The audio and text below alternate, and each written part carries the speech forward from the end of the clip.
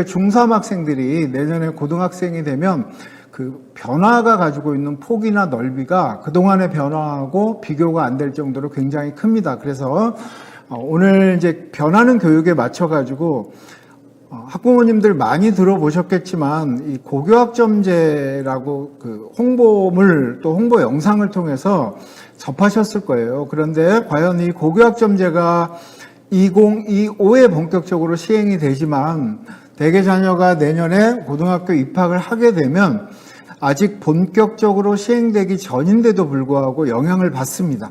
그래서 그 문제도 좀 말씀을 드리고요. 그리고 지금 현재 2021에 고등학교 1학년 학생들, 2학년 학생들도 이 고등학교 교육과정 변화에 바뀐 거에 대해서 적용을 하고 있는 중이거든요. 그래서 그 부분도 언급을 해드리겠습니다. 학교 밖에서는 모르지만 아이들을 지도하고 있는 제가 보기에는 이제 막연히 학교 가서 공부하고 일반적인 수업하고 시험 보고 등수나 등급 가지고 뭐 이렇게 환호하고 그랬던 것들이 지금은 많이 변하거든요. 변하고 있고요. 그래서 학교 교육, 고등학교 교육에서의 수업하고 평가 변화 이런 부분도 좀 말씀드리겠습니다. 또 무엇보다 관심이 제일 높을 텐데요. 고교학점제가 들어오거나 교육과정이 바뀌었는데 수능은 도대체 뭐야? 수능 시험은 도대체 아이들 그 진로나 지나가고 어떻게 간다는 거야? 그런 궁금증도 많으실 텐데요. 올해부터 크게 바뀐 수능 시험에 대해서도 좀 언급해 드리겠습니다. 왜냐하면 올해 바뀌었기 때문에 학부모님들 자녀가 고등학교에 들어와서 4년 후에 치르게 될 수능도 올해 바뀐 걸로 이렇게 이어지게 되거든요. 그리고 아직은 그 와중이지만, 그러니까 서울대를 비롯해서 모든 대학이 고등학교 교육과정이 바뀌니까 입시 전형도 지금 바꾸고 있는 중이거든요. 그 부분도 좀 설명을 해드리려고 해요. 그래서 교육의 모든 것이 변하고 있는데 학점제, 교육과정, 공교육 내에서의 수업평가 변화, 그 다음에 수능시험이라든지 입시전형 이런 걸 복합해서 설명을 해드리겠습니다. 예. 아마 이제 선택은 되게 중요하지 않습니까? 초등학교 때 어떤 길을 선택할 것인가 그것도 중요하듯이 2학기 돼서 우리 부천에 있는 일반고 중에서 어디를 선택할 것인가 이걸 놓고서 상당히 고민이 돼요. 사실은 이제 관심이 그렇게 많지 않은 분들은 가까운 곳에 가지 예전처럼 그런 거 아니야 그럴 텐데 제가 보기에는 자녀를 위해서 조금 객관적이고 혹은 좀 효율적으로 어떤 생각들을 취하셔가지고 이왕이면 자녀 미래에 도움이 될 만한 학교를 선택하고 그러는 것이 더 낫지 않을까 싶습니다. 물론 선택이라는 것은 A와 B 중에서 어떤 걸 하든지 나중에 추후의 일이지만 지금 현재 기준으로 놓고 봤을 때 그래도 이런 기준으로 하면은 이걸 선택해야 되겠구나 이렇게 가늠을 할 수 있거든요. 그래서 제가 여기 기준을 3개라고 잡았는데요. 물론 비슷비슷합니다만 부천에 있는 23개 일반계 고등학교의 그 교육과정이 어떤가를 살펴보셔야 돼요. 이건 벌써 몇 년 전부터 그랬거든요. 그러니까 우리가 흔히 들었던 A 학교는 어떤 데더라 그렇게 어떤 그 증거나 객관적인 논거가 아닌 그냥 카더라 그런 식으로 해가지고 선택하는 것보다 A 학교의 교육과정이 이렇게 알차고 우리 자녀가 들어가면은 이 교육과정을 이수해서 보다 더 나은 진로 진학을 이렇게 얻을 수 있겠구나 그런 선택하는데 가장 중요한 기준이 그 학교 교육과정이거든요. 그래서 교육과정이라고 여기다 제가 말씀드렸고요. 두 번째는 이제는 많이 바뀌었습니다. 그러니까 내 자녀가 진로나 적성 분야가 어딘지를 당연히 먼저 정해야 되잖아요. 초등학교 때, 중학교 때 벌써 공부부터 하는 게 아니라 자녀의 진로 분야, 그 다음에 자녀의 적성을 먼저 고려해가지고 내 자녀의 진로는 이쪽인데 그 학교를 가서 그런 교육과정을 밟으면 훨씬 더 좋겠구나 이런 쪽으로 생각을 하셔야 된다는 말씀입니다. 그 다음에 입시제도는 아무도 장담할 수 없어요. 이 입시제도는 매년 그러니까 학교의 교육 과정이 어떻게 바뀌고 뭐 선택 과목이 어떻게 바뀌고 이런 거에 따라서 대학 입시 제도도 많이 변하고 있거든요. 그래서 우리 지금 현재 중3 아이들 나중에 2025 대입을 치를 텐데요. 물론 현재 고1 아이들 대입 제도까지는 나왔어요. 그런데 아직 2025 중3 아이들까지는 안 나왔지만 학교 교육과정 바뀌고 뭐 고교학점제도 일부 도입되고 그래서 입시도 이렇게 변화할 것이기 때문에 요 세 개를 선택 기준으로 저는 보고 있습니다. 네. 그리고 아마 매스컴에서는 이 고교학점제가 현재 초등학교 6학년, 다시 말씀드리면 초등학교 6학년은 2028년 대입이거든요. 그러니까 2025년에 고등학교 1학년에 입학해가지고 5, 6, 7, 3년 다니고 그해 2028 대입을 치른단 말이죠.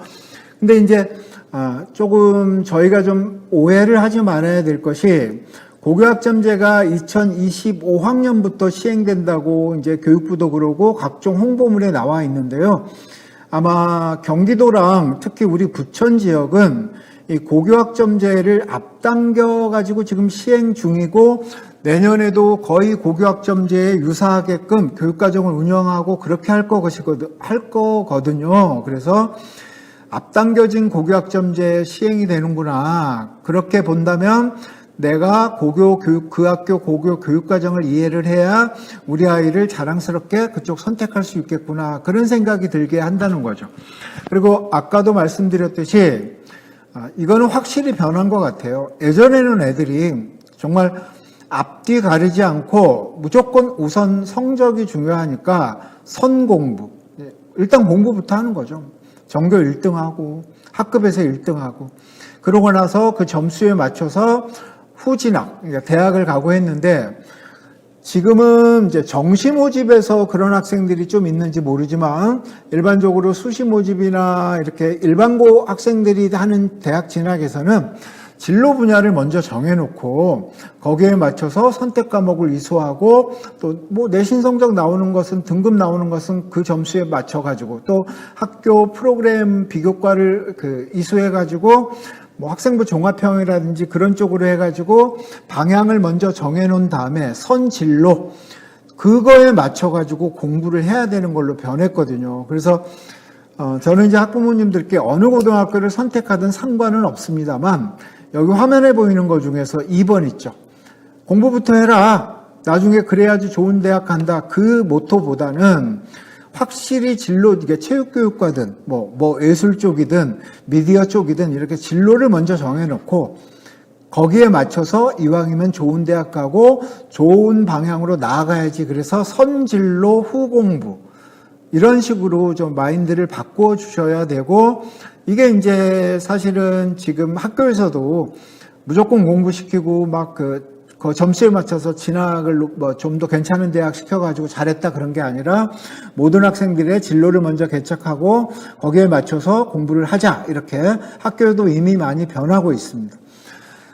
그리고 이제 아마 고등학교에 입학하게 되면 배우고 싶은 과목을 이수하게 될 텐데요.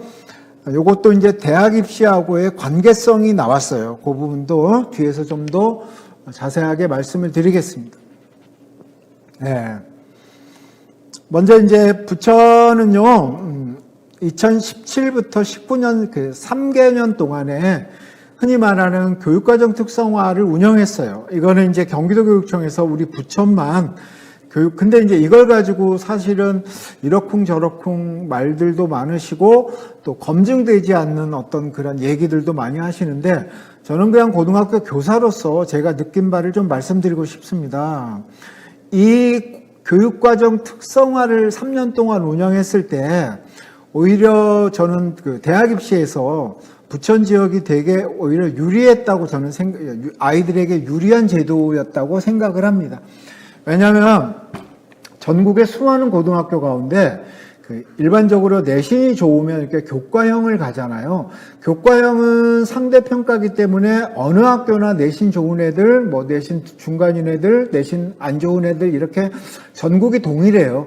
그렇지만 앞으로도 계속 끊어지지 않고 있을 그 수시에서 이 종합형 같은 경우는 교육과정 특성화를 운영해가지고 우리 그 부천 지역 일반고 졸업생들에게 3개년 동안 되게 유리했던 걸로 이제 제가 판단한 겁니다. 물론 이것도 이제 검증을 해봐야 되는데 단위학교에서 이렇게 근무를 하다 보면 그래도 네가 우리 학교에 이런 교육과정 특성화를 이수했기 때문에 학생부 종합형에서 유리했구나 그런 결과를 가지고 이제 제가 판단을 한 경우가 몇 개 있거든요. 타 학교도 마찬가지고요.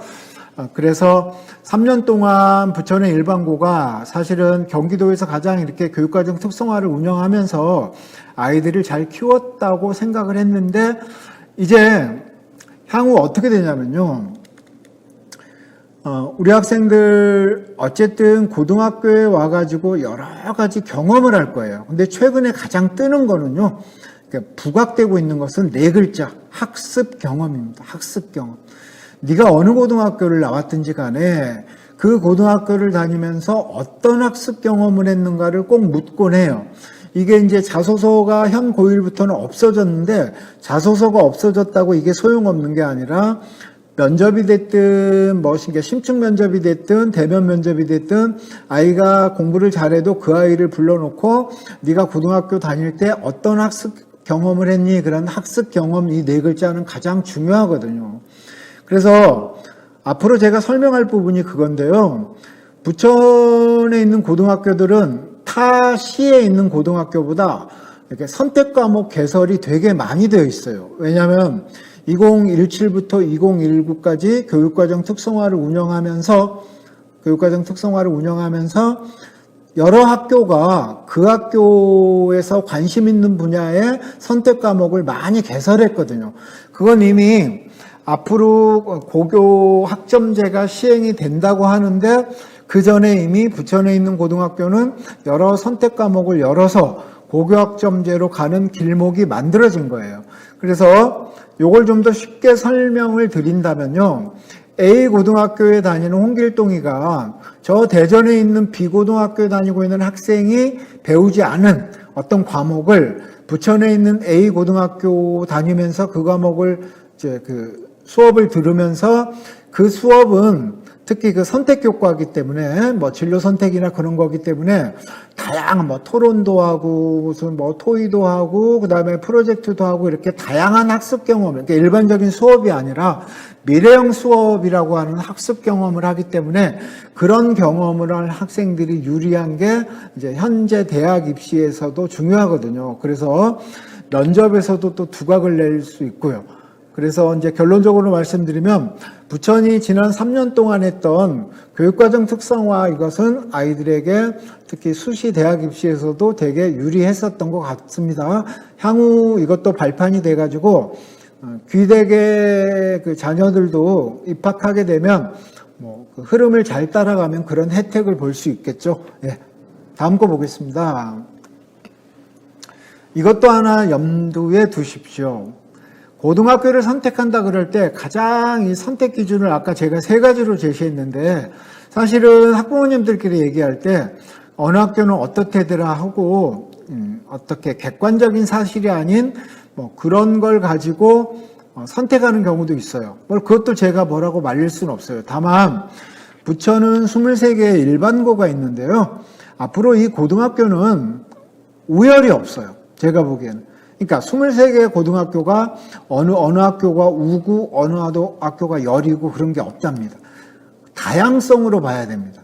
A 고등학교는 이런 교육과정에서 이런 과목도 있고 B 고등학교는 이런 교육과정을 운영해서 이런 비교과 활동도 있고 이렇게 다양성으로 봐야 되는 거고요. 이미 몇 년 전부터 각 고등학교마다 흔히 입시 결과는 거의 평준화가 됐습니다. 왠지 아시잖아요. 아이들이 이게 정시라고 하는 것은 거의 재수생들이 많이 가니까 졸업생들이 많이 가니까 현역 아이들이 그 진로 진학하는 루트인 수시 모집에서 학생부 종합형이랑 학교생활 충실형 이런 것들은 거의 다 내신도 좋은 애들은 어느 학교는 다 있잖아요. 상대평가니까.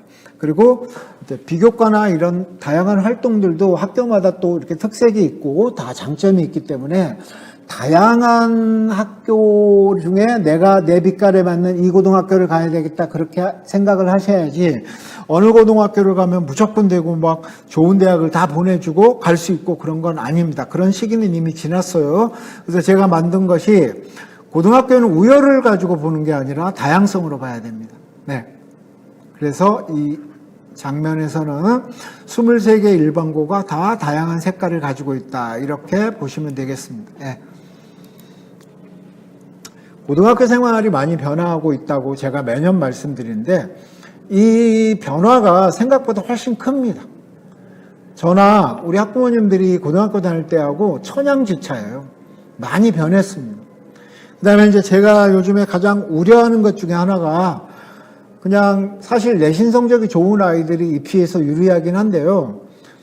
이거의 단점은 1학년 때 들어와가지고 처음에 내신을 못 따면 금방 포기하는 애들이 많이 늘더라고요.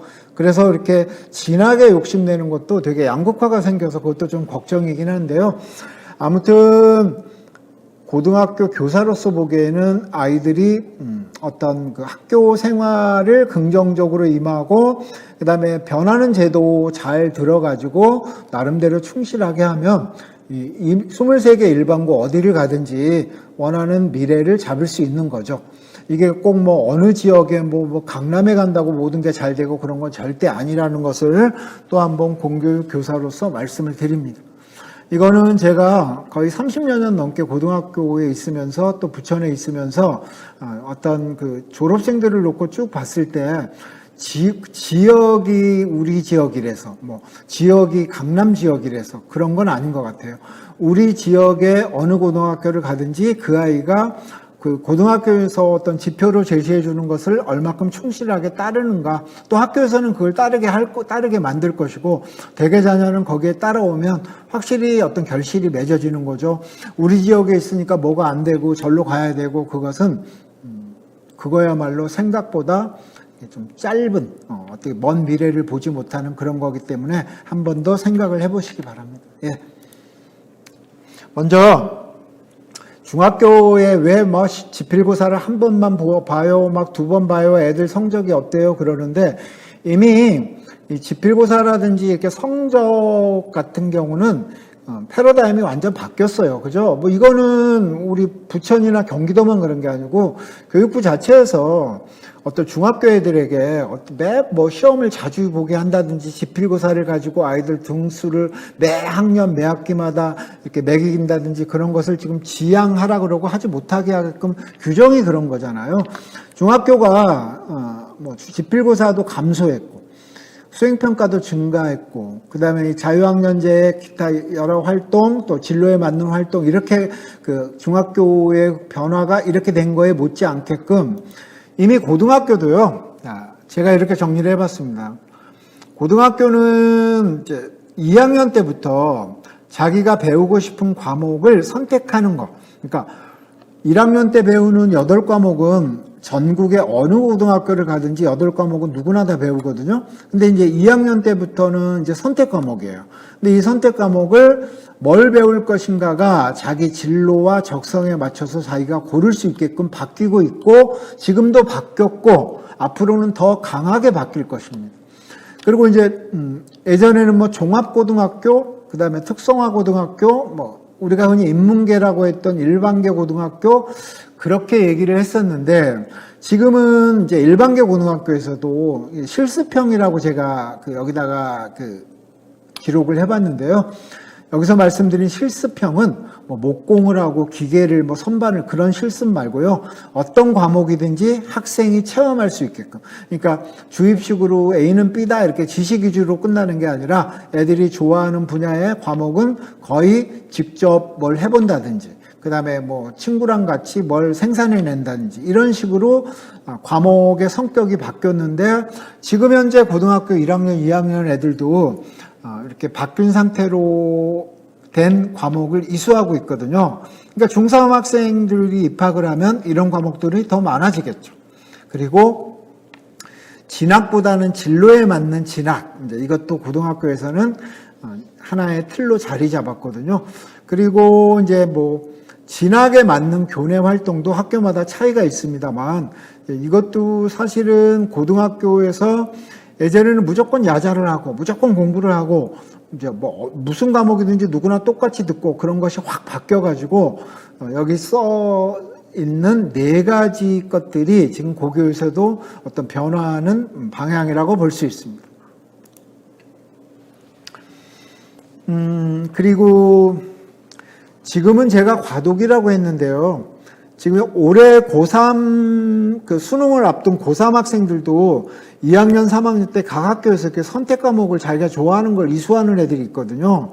그런 것도 입시에 관련이 있어요.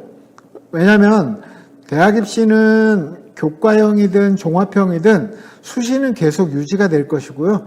우리 그 중3 애들이 고등학교 올라와서 2025 대입도 그렇게 될 것이거든요. 근데 이제 수능이 문제인데 수능이 올해 바뀌었어요. 올해 고3 애들이 보는 수능이 많이 바뀌었는데 이 수능은 아직은 선택형이잖아요. 근데 이제 아마 현 중3 학생들이 들어와서 공부를 하다가 보게 되는 수능까지도 선택형일 거예요. 그런데 지금 교육부가 연구하고 있는 것은 초등학교 6학년 애들이 본격적인 그 고교학점제 이제 그 시작 학년인데 그 초등학교 6학년 애들 대입 때는 아마 수능 대신에 선원수령이나 인터내셔널 바칼로레아라고 하는 그 IB형, 그러니까 뭐 프랑스나 이런 데처럼 이렇게 논술형으로 이렇게 자기 생각 쓰고 그런 걸 도입하고자 하는 것이 국가 어떤, 물론 이 모든 것들이 확정된 건 아니에요. 다만 변화는 있을 겁니다. 확정되지 않고 변화만 있을 것이라는 것은 조금 조심스럽지만 또 정권의 어떤 방향에 따라 달라질 수도 있고 그런 애매모호함이 있는데요. 어쨌든 고등학교 교육과정이 바뀌면 교육과정하고 완전히 동떨어져 가지고 입시가 가는 게 아니고 입시도 궤를 같이 하게 될 것이라는 것이 정상적인 거니까요. 그래서 말씀을 드렸습니다. 예.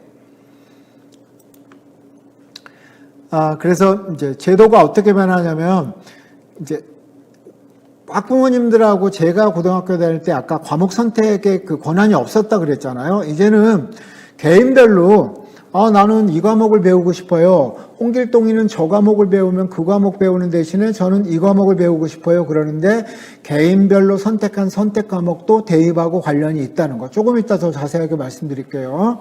그 다음에 이 선택 과목들은 지금처럼 1등급부터 9등급까지 그 어떤 그 1등급, 2등급, 3등급 이렇게 경쟁이 치열한 게 아니라 성취도, 그러니까 A, B, C 그래가지고 모든 학생이 잘했으면 다 A를 얻을 수 있고 또 B에 해당되는 학생들한테 또 교사들이 더 한 번 기회를 줘가지고 A를 만들어줄 수도 있고 이렇게 이런 선택 과목들은 등급이 없어짐으로써 경쟁이 매우 완화가 됩니다. 그리고 대학은 그럼 네가 A고등학교 다닐 때 어떤 선택 과목을 배웠냐, 왜 배웠냐 한번 얘기해봐. 그렇게 갈 것이라고 해요. 뒷부분에 제가 더 구체적으로 설명을 해드리겠습니다. 그리고 내년부터 자기가 A고등학교에 다녔는데 마치 배우고 싶은 과목이 자기가 다닌 고등학교에 없단 말이죠. 한 과목이. 그런데 옆에 학교 보니까 자기가 배우고 싶은 과목은 옆 학교에서 개설했어요. 그러면 그 학교의 한 과목은 그 학교에 넘나들면서 배울 수 있는 기회를 제공하는 이렇게 이제 갈 거거든요. 물론 지금은 과도기예요. 그렇지만 흐름이 그렇다고 말씀을 드립니다. 예. 그런데 이제 중요한 건 지금 부천의 모든 일반고는요. 현재 1학년, 2학년 애들, 그러니까 2학년, 3학년, 1학년은 공통 과목이니까 2학년, 3학년 애들이요, 배우고 싶은 과목을 다는 아니지만, 이게 고교학점제에 기반해가지고, 이왕이면 배우고 싶은 과목을 선택해서 운영하는 그런 교육과정 운영이 지금도 시행이 되고 있습니다. 그러니까 대개 자녀들이 내년에, 어느 고등학교이든지 오면 1학년 때 공통 과목을 배우고 2학년 때는 많은 과목을 자기가 배우고 싶은 과목을 선택하는 쪽으로 이제 교육과정이 바뀐다 말씀이죠. 예. 자, 그러면 여기 지금 화면에 보시는 거는 그냥 먼 얘기가 아니라 2021 현재 고등학교 2학년 애들을 딱 보면요. 제가 근무하는 학교도 그렇고 옆 학교도 그렇고 그 학교마다 이렇게 특성에 맞는 선택 과목 개설을 많이 했어요. 그것을 학생 스스로가 지금 선택해가지고 2학년 올라가서 뭐 배울래? 3학년 올라가서 뭐 배울래? 지금 고등학교 교육과정은 이렇게 다 바뀌고 있거든요. 그리고 현재 고1, 그 다음에 대개 자녀들 중3 애들을 포함해서 중1까지는 아마 고등학교 올라오면 그 지원한 학교에 개설된 과목도 배우고 자기가 배우고 싶은 과목이 개설이 되지 않았으면 인근 학교라든지 혹은 부천의 어떤 그 지역 대학이라든지 부천 지역 그 인재를 활용해 가지고 그분들을 통해 가지고도 수강할 수 있는 기회가 올 것이고 이게 이제 고교학점제로 가는 길이거든요. 그래서 현재 초등학교 6학년 애들이 고등학교 1학년이 되는 2025년에 고교학점제가 전면 시행이 되는데 우리 아이들하고 우리 애하고는 상관없구나 그렇게 생각하시면 좀 안 되고요. 이때는 전면 시행이지만 부천 자체가 선도지구로 이미 현 초6 되기 전에도 이런 걸 하고 있고 더 강화할 것이기 때문에 학년별로 고교학점제 적용을 보면은 대개 자녀들도 고등학교에 오면 거의 학점제 적용을 받아가지고 공부를 하게 될 것 같습니다. 네, 이거는 다른 연수를 통해서 많이 들었을 텐데요. 제가 좀 쉽게 한번 설명을 해드릴게요. 이게 뭐 초등학교 6학년 애들부터 되는 거라며, 우리 애는 중3인데 상관없어. 그렇게 보시면 안 된다고 제가 왜 그랬냐면, 중3인 여러분 자녀가 우리 고등학교 올라오게 되면 전면 시행은 아니지만 고교학점제 교육과정에 준해서 아이가 이제 고등학교를 다니게 될 거란 말이죠. 그래서 이 학점제를 적용을 받으면 교육과정 아까 지금까지 제가 설명한 것처럼 모든 아이들이 모든 똑같은 과목을 배우는 게 아니라 자기가 배우고 싶은 과목, 필수로 해야 되는 과목 이래가지고 학점을 따게 되면 그 선택 과목은 등급이 안 나오고 성취도만 나와서 그런 평가를 받게 되고 그 다음에 어떤 과목에 도달을 하지 못하면 학습 보충 기회도 받게 되고 그래서 학생이 성장하게 되고 졸업을 하게 되고 이 졸업도 이수 학점이 기준이 되고 이제 이게 고교학점제거든요. 쉽게 말씀드리면 왜 이걸 여기다 넣냐면요. 중3 우리들은 고교학점제와 상관없다 그런 게 아니고 이미 부천은 내년에 고등학교에 올라오면 1학년 때 공통과목을 배우고 한 7월쯤에 너 2학년 때 무슨 과목을 선택해서 배울래? 이걸 조사를 해가지고 아이가 원하는 과목을 이렇게 개설한 과목이 없으면 옆에 학교에도 안내해주고 이렇게 갈 것이기 때문입니다.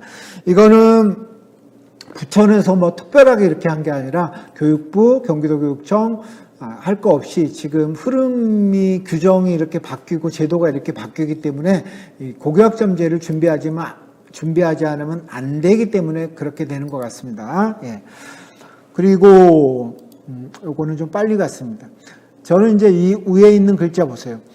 저희가 학교 다닐 때는 개개인이 제가 수면 수구, 미면 미구 그렇게 끝났잖아요. 근데 지금 교육의 어떤 평가나 그다음에 학교 생활의 방향이 학생 개개인이 소중하기 때문에 학생 개개인의 성장, 그다음에 행복한 학교 생활을 이렇게 지원하도록 고등학교 교육의 혁신이 필요해서 이 고교학점제가 들어온 건데요.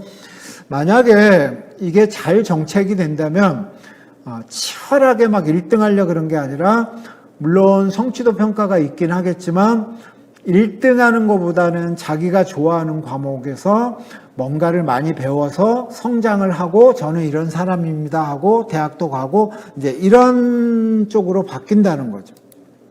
네. 여기서 이거 지금 화면은 교육부 화면을 제가 좀 가지고 왔습니다. 그래서 아마 내년 그다음에 이제 내년에 고1 된다고 했잖아요. 그 학생들 2학년, 3학년이 되면 여기 오른쪽에 빨간 글씨처럼 왼쪽에요. 소인수 과목 개설. 그러니까 그 학교에서 8명만 그 과목을 배우겠다. 그래도 이제 인정을 해주겠다는 쪽이고요. 그다음에 오른쪽에 보시면 그냥 막 그 학원 다니고 학교에서도 그냥 지필고사에만 몰두해가지고 결과 보고 결과로 너는 1등 그런 평가 방식이 싹 바뀌고요. 학생이 학교에서 수업에서 얼만큼 참여활동을 했는가, 참여활동 중심 수업으로 가고요. 그 다음에 결과 중심 평가가 아니라 과정 중심 평가로 지금 가고 있습니다. 다시 말씀드리면 아이가 과정 속에서 성장하고 또 선생님들한테 모자란 부분은 피드백 받고 또 성장하고 이런 것을 평가의 중점으로 두는 거죠. 예전에는 애가 막 밤늦도록 학원 다니고 학교 와서 누워 자고 지필고사만 1등 하면 얘가 결과로 1등 했으니까 그렇게 해가지고 걔가 1등으로 나갔는데 이제는 학교 수업에서 참여활동을 가장 두드러지게 보고 그 다음에 평가 역시도 뭐니까요? 그 과정 중심 평가니까는 물론 결과도 평가하겠지만 얘가 그 과목의 성취 내용을 공부하면서 이렇게 과정 속에서 어떻게 성장해 왔는가 그것을 어떤 평가의 요소로 집어넣다는 거고 지금도 그렇게 하고 있습니다. 그래서 이제 모르겠습니다. 그냥 뭐 국어, 영어, 수학이 중요한 시대도 간 것 같고요. 학생들은 어찌 보면 평가의 패러다임이 크게 바뀐 그런 고등학교 생활을 하게 될 것 같습니다. 그래서 다음 걸 보고 보충 설명을 해드릴게요. 예.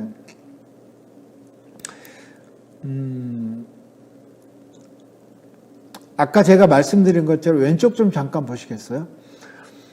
예전에 아이들은 자기가 원하는 과목도 아닌데 그 학교에 그 과목이 편성돼 있으니까는 그냥 재미없는 과목을 듣게 됐어요. 그래서 자발적 학습 동기도 없어요. 그러니까 맨날 잠을 자요. 그런데 만약에 고등학교 2학년 때부터 자기가 좋아하고 배우고 싶은 과목으로 선택하게 하면 잠자는 학생들은 많이 없어지겠죠. 그래서 학생 중심의 고교 수업 이것을 목표로 하고 있습니다.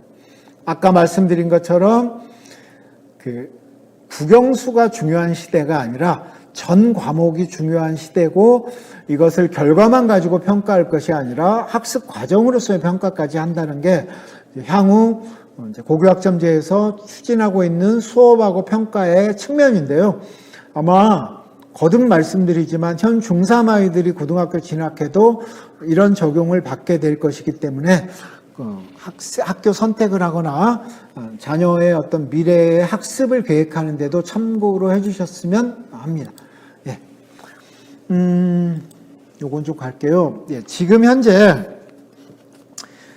2015 개정교육과정에 적용을 받고 있어요. 고등학교 3학년, 2학년, 1학년 애들이 다요. 근데 지금 2015 개정교육과정은 뭐냐면요. 이게 딱 보면 고등학교 올라와 보면 교과가 있고 창의적 체험활동이 있거든요. 근데 이제 교과는 일반적으로 수업 시간에 배우는 과목들이에요. 창의적 체험활동은 비교과라고 하잖아요.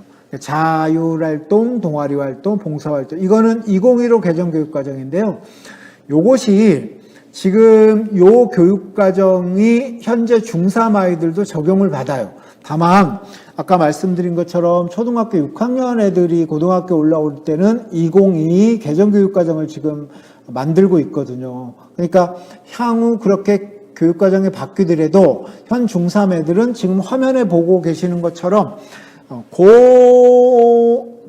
요 지금 프레임이 현 중3 아이들이 고등학교 교육과정에서 밟아야 될 그런 표예요. 왼쪽에 보면 공통과목은 어느 학교를 가든지 똑같이 배우는 거, 고1. 그 다음에 선택과목은 일반 선택이 있고 진로 선택이 있는데, 일반 선택이든 진로 선택이든 학교마다 이제 개설한 게 다르겠죠. 그죠? 그 다음에 예전에 외고 애들한테 가르친 과목이 전문교과 1이거든요. 외고 애들. 근데 지금 일반고 애들이 이 전문교과 1을 그 학교에서 개설하면 진로 선택으로 해가지고 개설할 수 있어요. 외고에서 외고 애들이 배우는 과목을 일반고 애들도 진로 선택에서 이렇게 개설해가지고 진로 선택 과목으로 배울 수 있다는 거죠. 그 다음에 이제 전문교과 2는 흔히 말하는 특성화 고등학교 학생들이 배우는 과목이거든요. 그래서 이것도 역시 일반계 고등학교에서도 개설한 학교도 있어요. 어쨌든 대개 자녀가 고등학교 오면 이런 교육과정 편제 2015에 적용을 받습니다. 그런데 아까 제가 말씀드린 것처럼 왼쪽은 지금 현행이거든요. 현행. 그런데 오른쪽은요. 앞으로 고교학점제가 되면 아이들이 고등학교 올라와서 뭘 배울 것인가가 이렇게 아까 이것처럼 보통교과, 전문교과, 전문교과 1, 전문교과 2 이렇게 나눠지는 게 아니라 확정은 아닙니다만 지금 이렇게 하는 거죠. 고교학점제가 되면 1학년 때는 공통과목을 누구나 배우고 2학년 올라가서는 선택 과목이 있는데 이 선택 과목은 일반 선택 과목이 있고 융합 선택 과목이 있고 진로 선택 과목이 있고 또 이 전문 교과에는 전문 공통점 그러니까 이 오른쪽에 있는 것들의 그 구조화 요목화 시켜가지고 아이들에게 자기가 관심 있는 분야 진로 분야에 맞는 과목을 선택하게끔 선택 과목 그 구조가 개편된단 말이죠. 이거는 오른쪽에 있는 표는 물론 초등학교 6학년 때부터니까 하지만 방향이 이렇게 간다는 건 이제 그 흐름을 알아두면은 나중에 1학년 때 어떤 과목을 선택할 것인가 그럴 때도 도움이 될 것 같아서 말씀드렸습니다. 예. 네, 아까 제가 말씀드린 것처럼 부천은 교육과정 특성화를 3년 동안 운영해 왔기 때문에요. 이제 아마 학생들이 배우고 싶은 과목이 다른 시에 있는 그 교육청보다는 각 학교들이 배우고 싶은 과목 개설이 제일 많은 지역이라고 저는 생각을 해요. 제가 근무하는 학교만 또 그렇고요. 그래서 이제 학생들은 고등학교 오면 정규 교육과정 내에서도 배우고 싶은 과목을 선택하게끔 됐고요. 그 다음에 지금도 하고 있는 그 클러스터라든지 이런 거는 이제 정규 시간이 아니라 야간에 공동교육과정이라 그래가지고 보건학을 배우고 싶다 그러면 어느 학교에 가가지고 야간에 아이들이 모여서 그 과목을 이수하고 그래서 이런 것을 지금도 이제 하고 있는 거고요. 내년부터는 인근 학교에서 개설된 과목도 듣게 하는 방안, 또 우리 지역에 있는 대학 교수들한테도 강의를 이렇게 개설할 수 있게끔 주고 그 강좌를 듣고 싶은 아이들이 우리 지역의 고등학교 학생들이 그 강의를 듣고 싶으면 대학으로 넘나들면서 수강을 하면 그게 학점으로 인정되고 이거 아마 내년부터 조금 추진을 하는 것 같습니다. 이제 학생들은 고등학교에 오면 무조건 이 과목을 배워야 돼. 거기에서 공통과목 빼고 나머지는 배우고 싶은 과목으로 선택하는 그런 쪽으로 교육과정이 바뀌었다고 말씀드립니다. 네, 화면을 잠깐 보셔요. 그 23개 일반고 가운데서요. 이게 아까 그 3년 동안 교육과정 특성화를 했는데 지금은 이게 유지되고 있지는 않아요. 유지되고 있지는 않은데 아무래도 이제 그 당시에 이렇게 그 특성화 분야를 학교마다 정했기 때문에 이 특성화 분야에 맞는 과목 개설이 아직도 많이 되어 있겠죠. 그래서 이것은 지금 교육과정 특성화라고 하는 3개년 그 사업은 접었고 끝났지만 부천의 일반고 23개 학교가 이렇게 분야별로 과학을 특성화하거나 국제화 사회, 예술, 체육, 외국어, 또 융합 이렇게 그 학교만이 특성화 부분을 정해가지고 3년 동안 해왔기 때문에 아무래도 이런 분야의 선택 과목 개설이 많고요. 또 이렇게 선생님들이 그 분야의 수업도 아까 말씀드린 것처럼 실습형, 그러니까 체험형, 또 미래형으로 많이 했기 때문에 약간의 영향은 있다고 생각을 해요. 그렇지만 절대적이진 않죠. 그래서 여기 있는 부천고부터 오른쪽 끝에 있는 덕산고까지 각 학교마다 3년 동안 어떤 그 특성화 교육과정을 운영한 사례를 가지고 왔습니다. 네. 어느 학교는 2개 분야를 운영한 학교도 있습니다. 그죠? 네. 그래서 이제 대개 자녀가 내가 어느 고등학교를 선택할래? A 고등학교 너무 멀어. B 고등학교 소문이 안 좋아. C 고등학교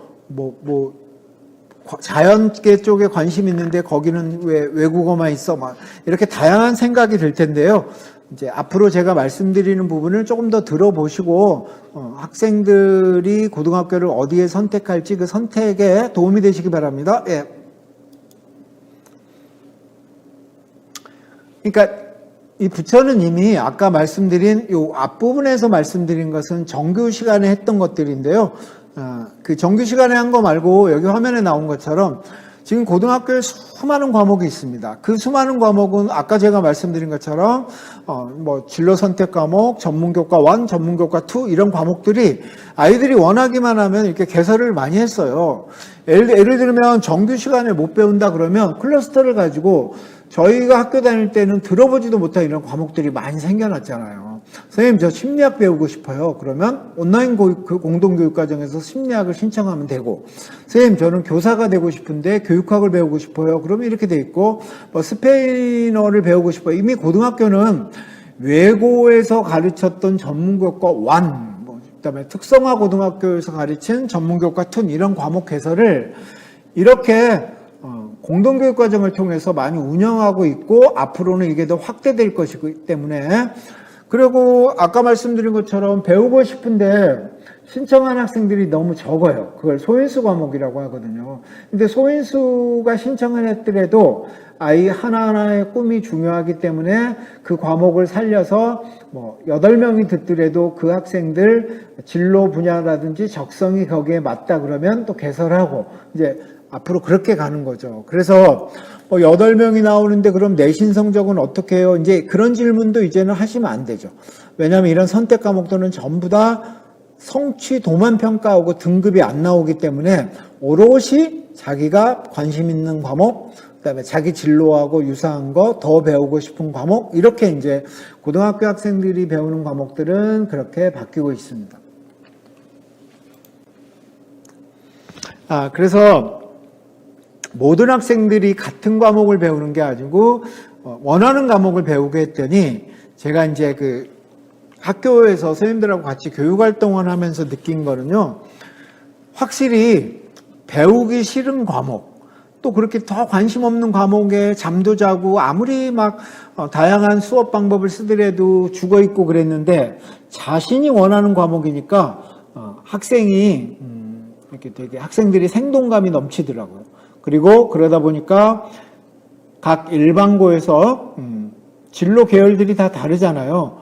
그러면 그 진로 계열에 맞는 다양한 교육 프로그램을 구성을 해서 그 아이들을 수업과 비교과를 연계해가지고 교육 프로그램을 운영해보고, 그 다음에 정규 시간 외에도 학생들이 더 배우고 싶다 그러면 학생들의 배움권을 보장하고, 그래서 학교가 이렇게 되게 활발하게 되는 것 같고요. 학생들은 이제는 이 소인수 과목, 그러니까 몇 명이 이수를 하지 않는 과목이 등급이 안 나와서 걱정할 게 아니라 그 과목을 자기가 배우고 싶은 과목이기 때문에 뭐 어차피 성취도는 ABC로 나오고, 그 다음에 나중에 입시에서 얘가 이 과목을 왜 들었지 그랬을 때 도움이 되고, 그래서 학생한테도 불리하지 않는 그런 교육활동이었고 앞으로도 그럴 것 같습니다. 네, 근데 이제 고교학점제가 아직 본격적으로 시행되기 위해서는 2025라고 말씀드렸는데요. 현재 지금 부천은 선도지구라 그래서 부천에 있는 23개 학교가 전부 다 고교학점제 연구학교, 한학교, 선도학교예요. 그래서 올해도 그렇고 내년에도 그렇고 어차피 이렇게 가는 방향이니까 타시보다는 앞서서 하는 거니까 앞서서 하고 있고, 이 앞서서 하고 있는 것이 아이들의 교육, 그 다음에 아이들 진로, 아이들 미래에도 도움이 될 거라고 생각을 하고, 학부모님들 생각하시기에도, 이게 어차피 가는 길인데, 우리 지역에서 먼저 하는 거니까는 입시에도 손해가 안 되고 오히려 플러스가 될 수 있구나, 이렇게 생각을 해주시면 감사하겠습니다. 예. 이제 좀 구체적으로 해볼게요. 어느 고교를 선택하시겠습니까? 이것은 3글자입니다. 교육력. 이 교육력 안에는요, 교육 과정이 들어가 있는 거죠. 그러니까 예전에는 밤 10시까지 야자를 시키고 뭐 아이들을 막 칼같이 잡고 그런 학교가 좋다, 우리 아이가 좋은 대학 간다. 근데 이제 그런 사고가 좀 바뀌어야 된다고 말씀드렸잖아요. 이제는 교육 과정이 얼마나 우수하고 그 교육 과정을 통해서 아이가 얼만큼 옹골찬 진로 진학의 꿈을 키웠는가, 그 교육력, 그것이 고교를 선택하는 기준인 것 같습니다. 그리고 이제 최근에는 고등학생쯤 되면 학생 주도형, 지가 배우고 싶은 거. 그 다음에 학생회를 하더라도 자기네들이 주도해서 바꾸고 싶은 거. 학생 주도형 교육활동. 그러니까 아까 제가 앞부분에서 얘기한 학습 경험이란 4글자하고요. 어느 고등학교를 가든 다양한 학습 경험을 할 수 있는 고등학교가 좋은 고등학교예요. 그 다음에 학생 주도형으로 교육활동을 시켜주는 학교, 좋은 고등학교입니다. 이것을 다른 말로 표현하면 학생의 능동적 배움의 길을 확대해 주는 학교가 가장 좋은 학교. 어느 학교일까요? 네. 우리가 전통적으로 이 학교는 어떻대더라, 저 학교는 어떻대더라, 그런 것을 좀 바꿔야 될 필요가 있는 것 같습니다. 다시 말씀드릴게요.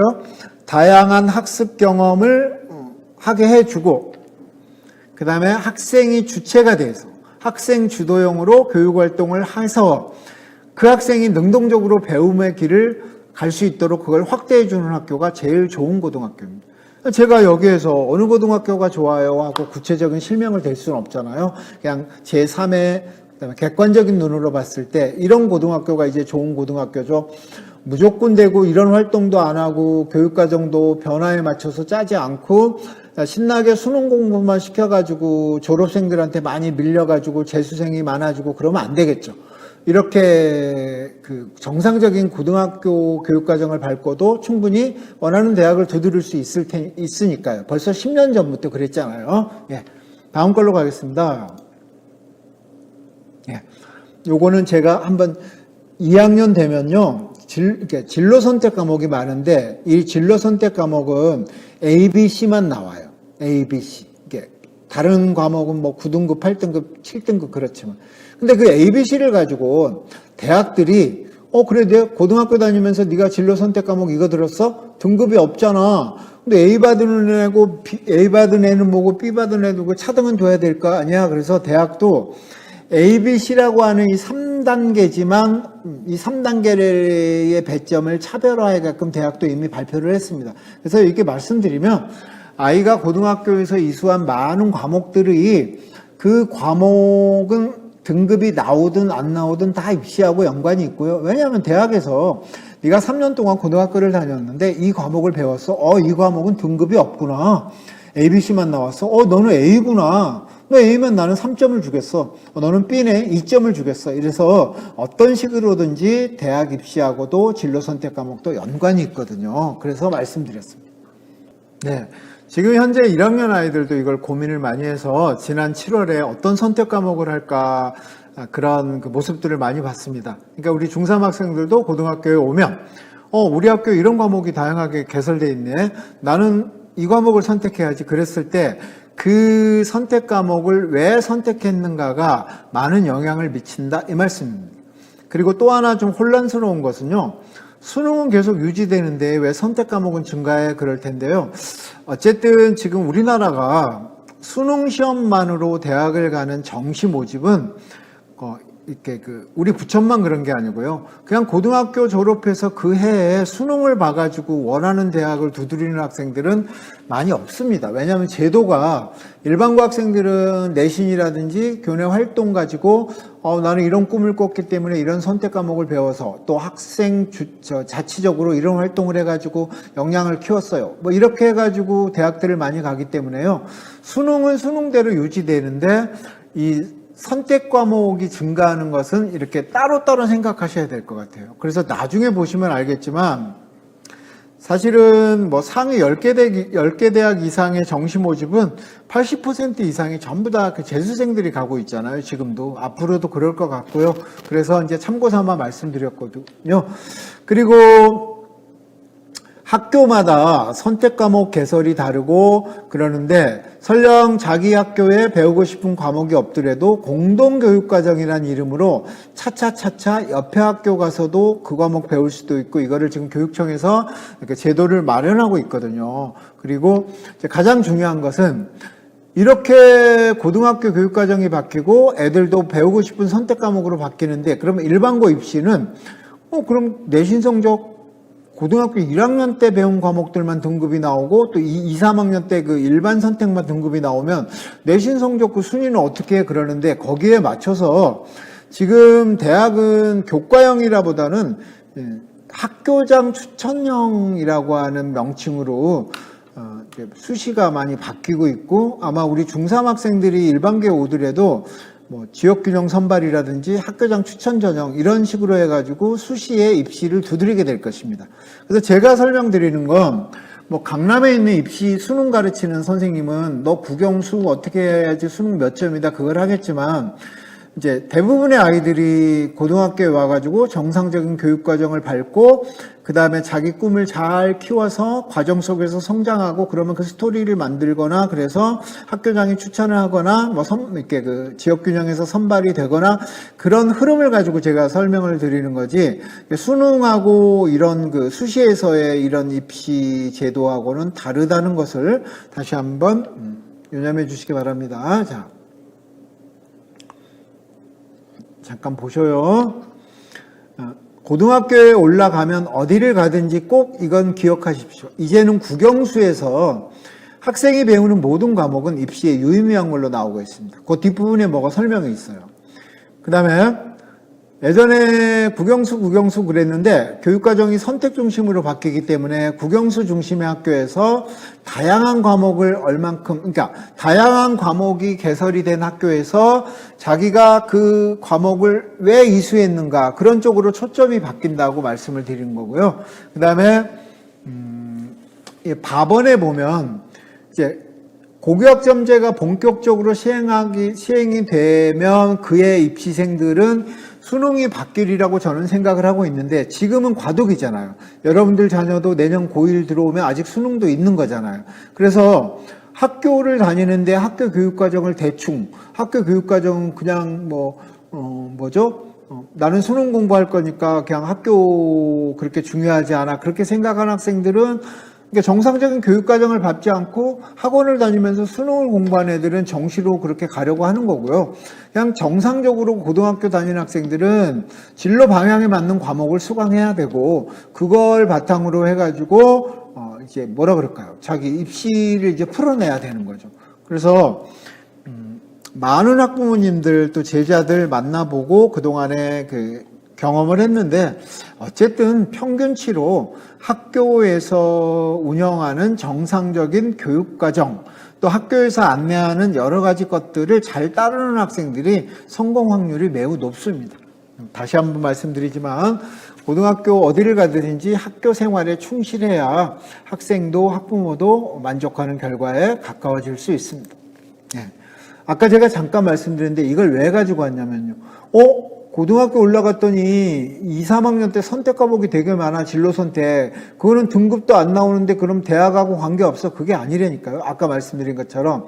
예를 들어서 가톨릭 때는 미반영이라고 했지만 애가 어떤 진로 선택 과목을 반영 안 하는 게 아니라 점수에는 반영 안 하지만 그 생활기록부 세특에다가 제가 콘텐츠 제작자로 꿈을 꾸기 때문에 문화 콘텐츠에 이 과목을 이수했고 이렇게 교과 세특에다 써줘서 선택을 받게끔 해주는 거거든요.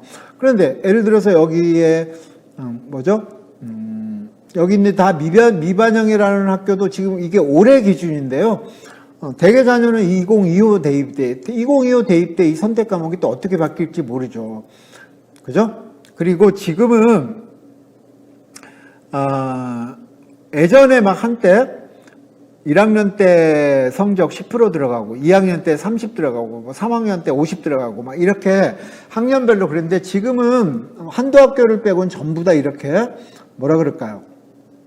2, 3학년 성적을 공통 100으로 해버렸어요. 왜냐하면 1학년 때부터 제대로 해야 된다는 거. 그 다음에 더 무서운 건 아까 제가 말씀드린 것처럼 이제 고등학교는요. 국어, 영어, 수학도 중요하죠. 근데 이제 예전보다 국영수가 아니라 서울시립대 같은 경우는 이게 올해 건가요? 올해. 서울시립대 같은 경우는 네가 심원고등학교 3년 동안 다닐 동안에 네가 배운 전체 과목을 나는 다 이 전 과목을 내가 한번 성적으로 활용해 보겠어. 이렇게 국영수사만 고집하는 대학이 아직도 있지만 전 과목으로 많이 확대되고 있어요. 그래서 학생들에게 국영수가 중요하니까 우리는 학원도 늘 국영수만 다니고 그러는데 물론 국영수가 어렵고 뭐 할 필요도 있죠. 그런데 입시 흐름을 보면 국영수 못지않게끔 전 과목을 아이가 학교 다닐 때 3년 동안 이수한 전 과목을 이렇게 반영하는 쪽으로 많이 변하고 있습니다. 네. 네, 많이 변하고 있습니다. 학교마다 너무 달라요. 이거는 이제 나중에 고등학교 오면 또 아이가 잘하면 이제 우리 선생님들하고 같이 이렇게 해가지고 이제 근데 요게 더 중요해요. 요거는 지금 서울대표예요. 그러니까 서울대가 좋은 대학이잖아요. 제가 늘 말씀드리지만 서울대를 못 가서 안다를 해야지 서울대가 뭐 다야 이러면 안 되잖아요. 열심히 하는 학생들은 좋은 대학을 가는 게 맞으니까요. 그런데 이번에 서울대가 요거 2023 학년도 그랬으니까 이거는 현 고2 애들 고2 애들이 이제는 고등학교가 2학년 3학년 때 선택 과목이 많아지고 그 과목이 등급이 나오지 않고 성취도 ABC만 나오니까 서울대가 우리는 이제 서울대가 고등학교 2학년부터도 뭐라 그럴까요? 수시에서 학교마다 2명 추천하던 것뿐만 아니라 정시에서도 2명씩 추천하게끔 지금 고등학교 2학년부터 바뀌었잖아요. 그러니까 아마 대개 자녀가 어느 고등학교를 가든지 그 고등학교 가서 뭔가 순위에 들면 예전에는 2명만 서울대 추천을 받았는데 2명은 수시에서 추천을 받고 나머지 2명은 정시에서도 내신 성적을 반영하는 걸로 서울대가 발표를 해서 2023이니까 현 고2부터 그러니까 중3한테도 해당이 되겠죠. 근데 그때 제가 이 표를 보고 느낀 건 그 대학은 네가 선택한 과목이 너 진로 적성에 따라서 선택 과목을 이수했는가 이걸 보겠다는 거예요. 다시 말씀드리면 이제 우리는 고등학교 1학년 때 배운 공통 과목은 등급이 나오고 2, 3학년 때 배운 일반 선택도 등급이 나오지만 진로 선택이라든지 전문교과 1이라든지 이런 뭐 소인수 과목에 해당되는 것들은 등급이 안 나오는 대신에 이렇게 좋은 대학에서도 네가 이 선택 과목을 이수한 이유가 그거구나 면접에서도 물어보고 그렇게 가겠다고 발표를 했어요. 그래서 중간 정리로 말씀드리면 고등학교 교육과정이 이렇게 바뀌고 아이들한테 선택 과목의 기회를 주고 이런 것을 대학에서 멀찌감치 바라보고 있는 게 아니라 다 거기에 맞게끔 이렇게 입시도 바뀌고 있는 거죠.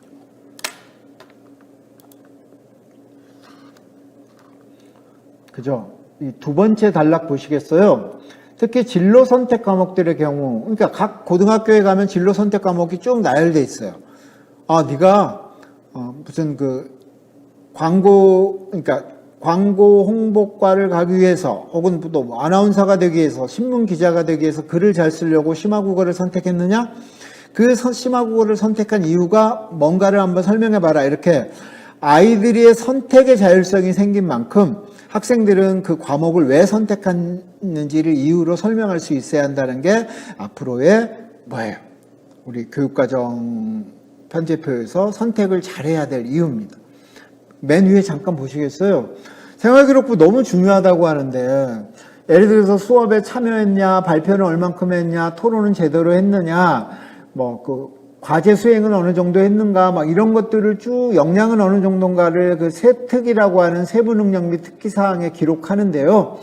이걸 가지고 이제 대학은 앞으로 학업 충실도를 평가한대요. 그랬을 때 진로 선택 과목이 왜 저는 간호사가 되기 위해서 공동과정에 있는 보건학을 선택해서 이렇게 이제 가야 된다는 거죠. 그래서 저희가 생각하는 것보다 훨씬 더 고등학교 교육과정, 고등학교 편제표, 학생들의 어떤 선택 과목의 중요성은 매우 중요하다고 저는 보고 있습니다. 네. 그러면 잠시 이해를 돕기 위해서요. 올해 고2 애들 이렇게 많이 바뀌고 있어요. 저는 매년 이거를 연구를 하는데 올해 발표된 걸 보니까 또 이렇게 바뀌고 있어서 정말 고등학교의 여러 변화를 입시도 이렇게 같이 변하고 있구나 하는 걸 느낍니다. 올해 고2 경우를 같이 보시겠습니다. 올해 고2는 말도 많았죠. 정시가 10% 는다 그래서 정시를 40%까지 하라고 서울에 있는 16개 대학을 교육부가 못을 받고 그랬는데 그거는 저는 잘 모르겠어요. 정시 30이든 40이든 그거는 그동안에 늘 일반고 재학생 몫이 아니라 재수 삼수한 애들 학벌에 목매는 그런 친구들 몫이었기 때문에 정시가 수시가 60이라도 대부분 일반고 학생들은 이제 다음 펼쳐지는 걸로 대학을 갔었고 이렇게 가게 될 것이기 때문에요. 왜냐면요, 지금은 교실 수업에서 아이들 수능 공부를 시켜줄 수가 없어요. 교육과정에 맞는 어떤 그 성취 내용을 가르쳐야 되고, 그게 맞게끔 과정 중심 평가를 해야 되고, 이게 어떤 그 법령에 의해서 그런 거기 때문에 무슨 수능 공부를, 이렇게 수능은 뭐예요? 그러는데 수능은 정규 시간 이후에 이제 뭐 그 자기가 꼭 수능으로 가고 최저를 맞추고 싶고 그러면 그 뭐 EBS나 이렇게 무료 사이트나 이런 걸 활용해서 이제 배우는 거죠. 이제 공교육은 학교 생활에 충실한 학생들을 길러놔야 되기 때문에 교육과정의 그 정상화를 걸어야 되고, 저희 교사들도 어느 학교나 그렇습니다. 네, 같이 보시기 바랍니다. 좀 흐린가요? 앞으로는요, 학교장 추천 전형이라는 말이 되게 많이 생겼어요. 몇 년 전만 해도 몇 개 대학만 학교장 추천 전형 그랬는데, 여기 보시면은 모든 그 탐나는 대학들이 전부 다 지역균형, 뭐 학교장 추천, 그렇다면. 그러니까 예를 들어서 A 고등학교에서 제일 성적이 좋은 애가 뭐 이 두 번째 대학의 교과 전형을 쓴다 그러면 그것도 다 추천형, 이렇게 학교장 추천 전형으로 다 바뀐 거예요. 그래서 이거를 왜 보여드리냐면요, 이 사람들이 일반계 고등학교에서 뭐라 그럴까요? 이렇게, 야, 니네 학교에서 재학생 2명만 추천해줘. 니네 학교에서는 재학생 중에 5%만 추천해줘. 학교마다 요구사항이 다 다르잖아요. 대신 우리는 수능을 걔가 꼴등을 해도 상관없어. 최저를 안 보겠어. 한양대도 최저를 안 보겠어. 근데 어느 대학은, 뭐 고려대는 우리는 그래도 최저가 요 정도는 나와야 돼. 이렇게 학교마다 쭉 다르는데, 요게 지금 현 고2 애들이 마주할 학교장 추천 전형인데, 결론은요, 수능은 개인에 따라서 최저가 나올 수 있고 안 나올 수 있고 그러지만, 이 전형 방법을 잘 보시면요, 학교 생활을 충실하게 하지 않으면 뚫을 수가 없어요. 그래서 대학이 뭐 정시가 증가하고 이런 건 둘째치고, 어쨌든 일반계 고등학교, 요 다음 대학 볼래요? 다음 대학 표도 다 그래요. 이것들. 얘네들이 이렇게 자꾸 학교장 추천 전형 인원이 자꾸 늘어나고 있어요. 그죠? 늘어난다. 왼쪽 2023 때는 더 늘어나고 있잖아요. 아마 이것은 일반계 고등학교에서 내신도 괜찮고 학교 생활도 충실한 학생들을 뽑기 위해서 이제 이렇게 하는 거죠. 어떻게 보면 여기 뭐 이렇게 쭉 나열된 대학들이 다 사실은 그 학령 인구가 줄어서 수험생이 줄어도 여기 있는 대학들은 가기 힘들어요. 왜냐하면 시골 애들이 다 올라오는 대학들이니까요. 농어촌 애들도 다 이렇게 수도권으로 올라오니까요. 근데 이 대학들마저도 전부 다 이렇게 지역균형, 고교 추천 전형, 이렇게 추천 전형이나 지역균형 선발로 명칭이 바뀌고 있고, 이게 형 고2부터니까 이제 뭐 우리 중3 아이들도 이제 그렇게 될 거 아닙니까? 사실은 여기 밑에 있는 요 대학마저도 뭐 대학을 꼭 이름 있는 곳에 가고 싶다 그러면 많이 노력을 해야 되죠. 예. 예, 다음 거 볼게요. 학생부 종합, 이거는 왜 입시 설명회가 아닌데 왜 말씀드리냐면요. 이제 고등학교에 올라가면은 1학년 때 공통 과목을 배우고, 내가 중학교 때부터 진로를 많이 뭐 해봤는데 아직도 애매모호하고 혼란스럽다. 도대체 어디로 가야 될까? 여홍철이 딸 여서정이처럼 뭐 이렇게 또 아빠를 따라서 내가 진로를 결정해야 되나? 거기서부터 우리 아버지가 선생님이니까 나도 선생님 되고 싶은가? 이렇게 수많은 생각이 들 텐데요. 또 그 순간에 했던 선택이 뒤에 바뀔 수도 있어요. 다만 아이는 입학을 하게 되면 뭐 정시로도 갈 수 있지만, 뭐 지금 흐름대로라고 한다면 학생부 종합형으로 간다고 했을 때 그 학과 적합성, 그러니까 얘가 크게 뭐 자연계 쪽이라든지 인문계 쪽이라든지 이런 쪽 그 계열 적합성 이런 것들을 주요 포인트로 이제 놓고, 그 다음에 지금 중3 아이들은 자소서가 없어요. 그런데 사람들은 자소서가 없다고 학교 생활을 대충 하면 된다고들 하는데 그건 큰 오산입니다. 왜? 자소서가 없는 대신에 생활기록부가 더 중요해졌어요. 옛날에 자소서는 생활기록부에 써 있는 것을 자소서에다 보충 설명하려고 저희가 낸 건데, 그걸 지금 현 고1부터 그걸 안 받겠다고 하는 것은 뭐 이렇게 세특이라든지 행동발달, 종합의견 이런 것들이 되게 중요해졌단 말이죠. 그러니까 학교 생활을 충실하게 해야 되겠죠. 그리고 고등학교가 각각 다양하지만 또 운이 좋으면 아이를 끝까지 키우려고 하는 좋은 선생님들을 더 많이 만날 수도 있고, 그러는데 그런 것들이 전부 다 이렇게 학교 생활 충실형 생활기록부를 바탕으로 해서 학생부 종합형으로 입시가 뚫리니까요. 그래서 말씀을 드리고요.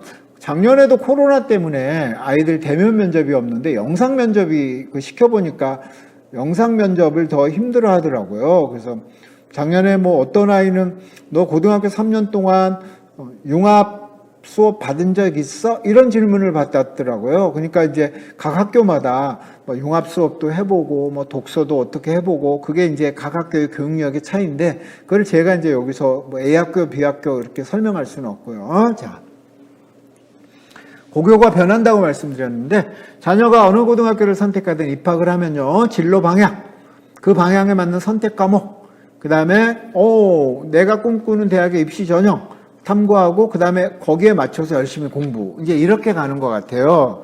그래서 예. 오늘 제가 강의한 거의 가장 큰 포인트는 어느 고등학교를 선택할 것인가에서 어느를 가르쳐 주지는 않습니다. 어느 고등학교를 가든 그 학교 교육력을 보고 가는 건 좋은데 공통적으로 이렇게 교육과정에서 그 과목, 어떤 과목을 이수할 수 있을까? A 고등학교는 이런 과목이, 근데 아까 말씀드린 것처럼 A 고등학교를 선택을 처음에 했는데 들어갔더니 자기가 꿈꾸는 과목이 없는데 마치 B 고등학교에 있다 그러면 조금 불편하더라도 A 고등학교하고 B 고등학교가 공동교육과정으로 그 과목을 개설하면 아이는 또 배울 수 있는 기회가 있고, 그럼에도 불구하고 이제 뭐라 그럴까요? 처음부터 개설된 학교에서 듣는 것이 더 나으니까 그런 쪽으로 선택을 하는 게 좋겠죠. 자, 여기 같이 보시겠습니다. 이게 지금 현재 2015 개정교육과정에서 아이들이 배우는 것들이고, 이것이 지금 현 중3 대개 자녀들도 들어오면 이 편제에 맞춰서 배우는데요. 오른쪽에 있는 것들이 진로 선택이에요. 놀랍게도 이 진로 선택 과목들은 등급이 안 나와요. 다 ABC만 나와요. ABC만 나옵니다. 그래서 물리2, 화학2, 생명2, 물화생지2 과목이 지금 고등학교 애들이 예를 들어서 서울대 물리학과를 배우려고 물리학 2를 배우는데 성적은 ABC 중에 하나 나온다니까요. 왜냐하면 이런 과목들은 다 진로 선택으로 묶어져 있기 때문에요. 다시 말씀드리면 이 진로 선택 과목들은 현재 다 성취도 ABC만 나오는 과목들이고 학교마다 개설된 과목이 다릅니다. 어느 학교는 심화국어가 있고 어느 학교는 고전읽기가 있고, 근데 어느 학교는 뭐 경제 수학이 있고 어느 학교는 진로 영어가 있고, 이게 다 다르단 말이죠. 그래서 이 표를 그런 의미에서 보여드렸고요. 자, 예를 들면 일반 선택은 아까 말씀드린 것처럼 이런 것들이에요. 화법과 작문, 독서 다 수능하고 관련된 것들이 많겠죠. 일반 선택은 물론 예체, 생활교양 이거 빼고요. 자, 근데 이제 진로 선택은 그 과목들은 좋은 것들이 다 융합학습이라든지 심화학습이라든지 체험학습이 가능하거든요. 그 차이예요. 그러니까 일반 선택 과목은 아무리 수업을 바꾸더라도 그냥 약간 그 지식 위주, 수능 대비 그런 것들인데, 이 진로 선택 과목은 융합학습, 그 다음에 심화학습, 아이가 진짜 발표하거나 토론하거나 그 콘텐츠를 만들거나 직접 글을 써본다거나 이런 그 체험학습 쪽에 치우친 그런 과목이거든요. 그래서 이 진로 선택 과목인데, 모든 학생들은 3년 동안 진로 선택 과목 3개 과목을 이수해야 되는데 이거는 이수 못한 학생은 없어요. 이게 조건입니다. 그래서 학교에 따라서는 아까 전문교과에 있는 과목들을 이렇게 진로 선택 과목으로 가지고 오는 거죠. 예전에 이런 것은 과학고에서나 가르쳤던 과목, 그죠? 외국어 고등학교에서나 가르쳤던 과목들을 이렇게 이제 그 진로 선택 과목으로 가지고 올 수 있는 좋은 세상이 왔습니다. 그래서 교과마다요. 이 국어는 일반 선택으로 이런 과목이 있고 진로 선택으로 이런 과목이 있고 수학은 그러니까 수학이 막 이렇게 수능에 가면 또 뭐 확통이 있고 미적분이 있고 기하가 있고 그러잖아요. 근데 이번에 바뀐 수학 같은 경우는 대학을 인문계열로 오면 확통을 봐라. 그 다음에 대학을 자연계열로 오려 그러면 기하 아니면 미적분을 해라 그러잖아요. 그러니까 수학을 무조건 되고 이렇게 공통 수학은 누구나 하지만 일반 선택할 때 아이들을 보면 자기가 자연계 쪽으로 대학을 안 갈 거면 기하 선택을 안 해버리죠. 대학을 인문계 쪽으로 가면 확통만 선택하고 이렇게 교과군별로 일본 선택, 진로 선택이 있는데 이게 다 의미가 있는데 이런 것들을 고등학교에 오면 설명을 잘 들어가지고 아이 선택하는데 손해보지 않게끔 이제 다 선생님들이 다 설명을 잘 해주십니다. 예. 그래서 어떤 과목들은 뭐부터 배워야 되고 그 다음에 그걸 배워야 다음 과목을 배울 수 있고 이런 것들은 대학에서 왜 쓴다고요? 아하, 네가 고등학교 다닐 때 이런 분야에 관심이 있어서 이걸 선택했고 그래서 우리 대학에 이과를 지원했구나 이렇게 보는 거죠. 예를 들면 좀 설명을 해드릴게요. 네. 예를 들면요, 이렇게 1학년 때 통합사회를 배우거든요. 2학년 올라오면 한지, 세지, 세계사 이게 다 수능 과목이란 말이에요. 근데 지금 수능에서는 탐구 영역에 속한 것을 문과 쪽 탐구 과목이라든지 이과 쪽 탐구 과목 관계없이 2개만 고르면 되니까 아이들이 일반 선택 가운데 예전에는 이거를 사회문화도 듣고 뭐도 막 묶어서 들었는데 자기가 듣고 싶은 거 하나, 윤리와 사상 듣고 싶으면 듣고 진로 선택에서 여행지리 듣고 싶으면 듣고 이렇게 교과마다 일반 선택과 진로 선택이 구조가 이렇게 돼 있으면서 과학도 마찬가지고 이렇게 되는 거죠. 이런 거는 나중에 고등학교 오시면 이제 설명해 드릴 기회가 있으면 하고 싶고요. 그러면 자녀를 조금 더 사실 그렇잖아요. 부모로서 아이가 괜찮고 또 부모하고 뜻이 맞아서 뭔가 인생의 보람도 느끼고 열심히 하고 자기 꿈을 키워가는 자녀 얼마나 이쁩니까? 그죠? 근데 이제 마지막으로 제가 부모님들의 리더십 방향이 달라져야 된다고 썼어요. 왜냐하면 방향이 달라져야 된단 말은요. 아이는 꽃을 피우긴 피웁니다. 이게 초등학교 때 일찍 피어서 빨리 진 애도 있고요. 늦공부가 터져서 고등학교 1학년 때 갑자기 튼 애도 있고 고3 때까지도 안 핀 애도 있긴 해요. 근데 이게 아이가 꽃을 피우는 시기를 부모님의 채찍, 그 다음에 경제력의 바탕을 두고 아이가 지금 어떻게 성장하고 있는지도 확인해 보지 않은 상태로서 무조건 의지하고 딴 데다. 그런 쪽에서 우리가 좀 생각을 바꿔야 되지 않을까 싶어가지고 제가 부모님의 리더십 방향이 좀 달라져야 되지 않을까 싶습니다. 조금 어려우시겠지만 제 생각은 아이와 꼭 그렇게 되지 않더라도 진로 방향을 먼저 진짜 설정해야 돼요. 엄마 나 수학 진짜 싫어. 그러면 수학 학원이라도 가. 그 방법 하나가 있고 엄마 나 수학 진짜 싫어. 그래 그럼 대신 확률과 통계라도 해라. 기하하고 미적분은 이과 애들이 가는 거라며. 이렇게 해서 방향을 잡을 수도 있고. 그래서 자기가 무엇이 될 것인가의 진로 방향을 설정하는데 자녀하고 좀 힘든 길이지만 이렇게 신문 기자, 광고 카피라이터, 광고 제작자, 콘텐츠 제작자 수많은 직업이 있는데 어떤 쪽의 직업을 가질 것인가를 자녀하고 많이 상의하십시오. 말하기 싫어하시고 특히 중학교 애들 잘 이렇게 건성건성해요. 근데 조금 시간이 걸려도 엄마 나 이거 되기로 했어 하고 터닝 포인터가 딱 생겨야 그대로부터 뭐라도 공부를 하게 돼요. 방학 때요. 집에서 공부해라 그럼 절대 안 하잖아요. 8월 14일 날 한국사 한번 시험 보자. 한국사 검정시험 보기 위해서 8월 14일까지 공부해볼까 이렇게 목표가 생기면 아이가 뭘 하게 되는 거죠. 그래서 진로 방향을 먼저 설정하는 것이 우리 자녀를 잘 키우는 첫 번째 단축객인 것 같아요. 그리고 최근에는요, 뭐라 그럴까요? 예, 책들을 너무 많이 안 읽고 영상 세대라서 문해력, 그러니까 독해력이 너무 없습니다. 고등학교 올라오면은 한 상위 30% 정도 학생들만 책을 제대로 읽었구나. 어떤 글이든지 이해하고 소화하는 능력이 있구나. 나머지 학생들은 이게 참 어렵겠네. 자꾸 영상만 보려 그러고. 그러면 뭐 학교 시험이든 수능 시험이든 전부 다 텍스트가 기반인데 못 따라가잖아요. 그래서 사실 그 독서 활동을 강화시킬 필요가 꼭 있습니다. 이건 저는 어디 강의에서나 자주 드리는 말씀인데요.